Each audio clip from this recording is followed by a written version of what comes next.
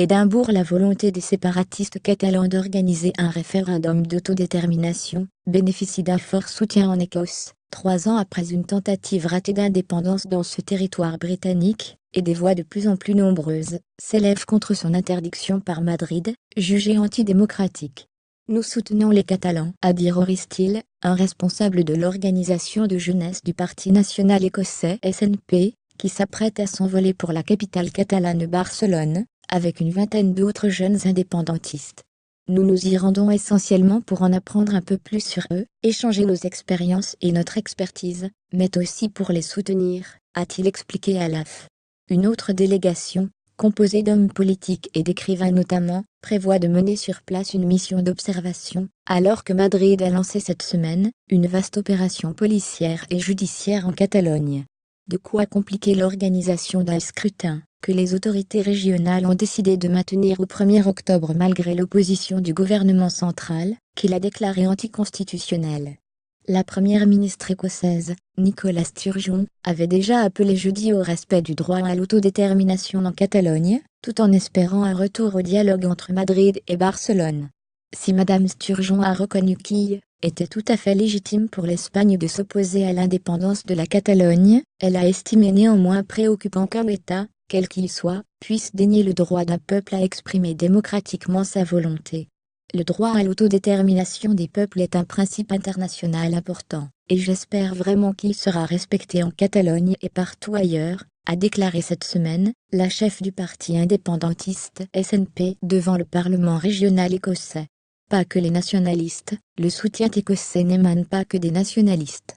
Une quinzaine de députés écossais, opposés ou non à l'indépendance de leur territoire, membres du SNP, mais aussi du Parti travailliste, du Parti libéral-démocrate, ou du Parti vert, ont signé une lettre ouverte au Premier ministre espagnol, Mariano Rajoy, dénonçant les actions de son gouvernement.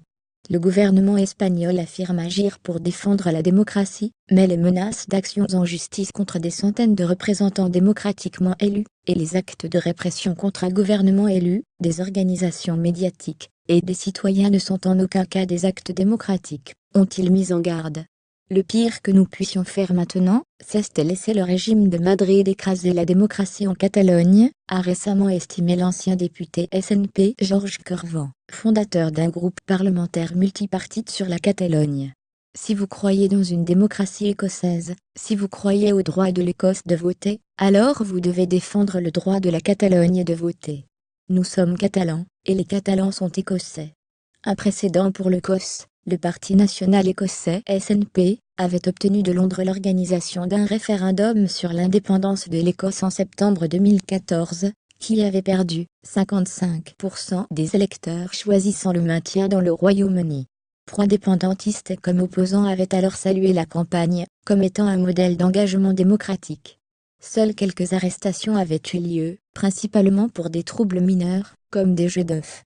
À la veille du lancement du Brexit, en mars dernier, les députés écossais avaient autorisé par un vote leur Premier ministre à demander au gouvernement central l'organisation d'un nouveau scrutin.